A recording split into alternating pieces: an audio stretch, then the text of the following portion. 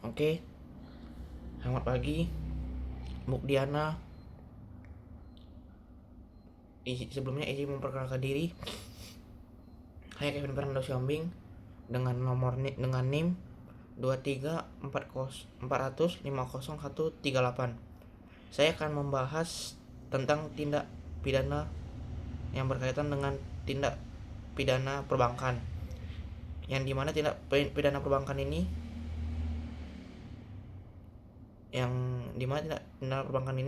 berkaitan dengan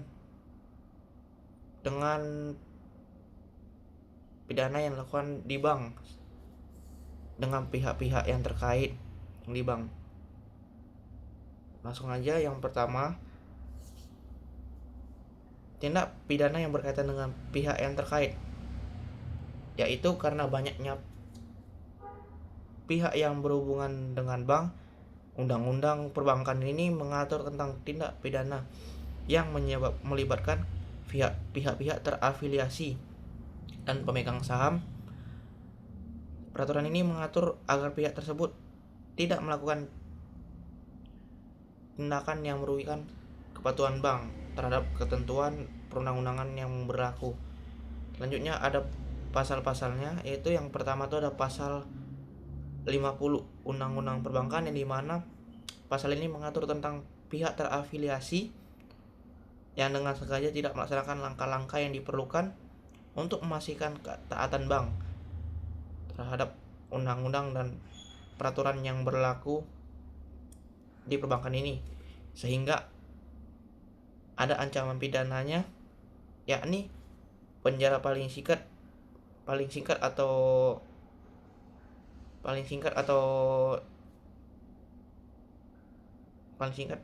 adalah 3 tahun dan paling lama 8 tahun sesuai dengan ketentuan undang-undang perbankan yang berlaku, dan denda yakni paling sedikit 5 miliar rupiah dan paling banyak 100 miliar rupiah. Selanjutnya ada pasal 50A UU Undang-Undang Perbankan, yang dimana mengatur tentang pemegang saham yang dengan sengaja menyuruh Dewan Komisaris Direksi atau pegawai bank untuk melakukan atau tidak melakukan langkah yang mengakibatkan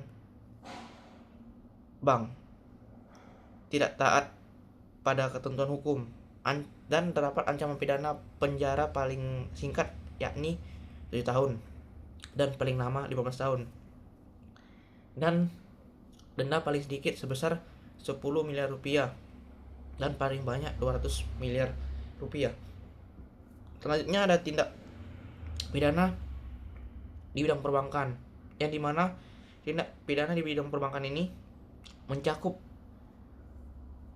perbuatan yang melanggar hukum yang terjadi dalam konteks usaha dan kegiatan bank yang lebih luas. Berdasarkan jenisnya,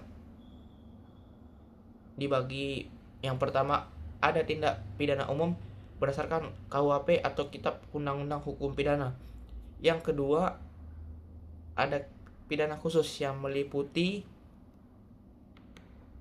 tindak pidana perbankan yang terdapat dalam pelanggaran ketentuan undang-undang perbankan.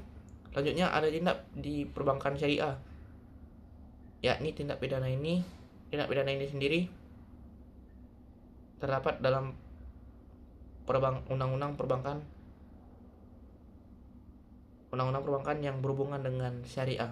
Dan selanjutnya ada tindak pidana korupsi yang terkait kegiatan bank, yang dimana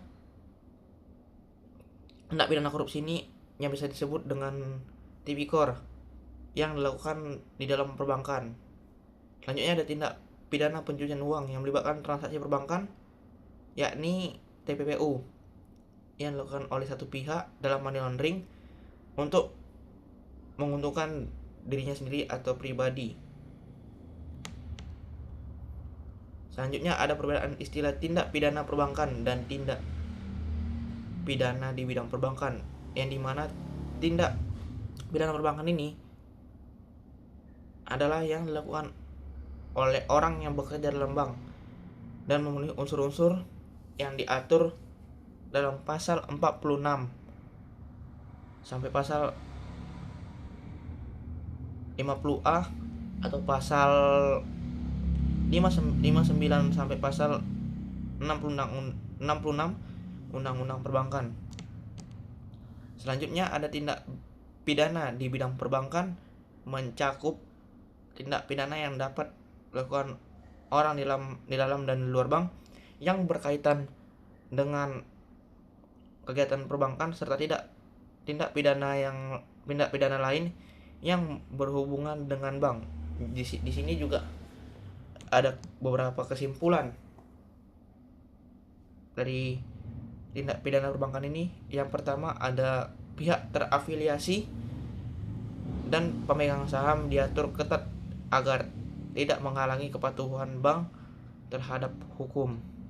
Terus yang kedua, pasal 50 dan 50A memberikan sanksi berat berupa pidana penjara dan denda besar bagi pelanggaran.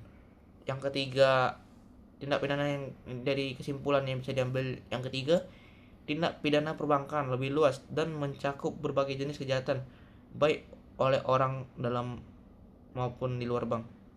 Jadi ada perbedaan istilah antara tindak pidana perbankan dan tindak pidana di bidang perbankan, dan penting untuk penegakan hukum dan pengaturan.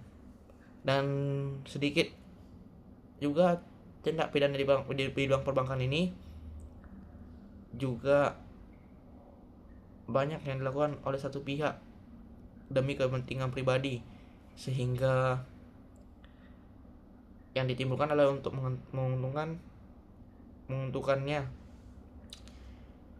sehingga dia tidak berpikir apa yang terjadi jika dia melakukan tindak pidana di bidang perbankan tersebut, yang dimana melanggar undang-undang dan ketentuan dari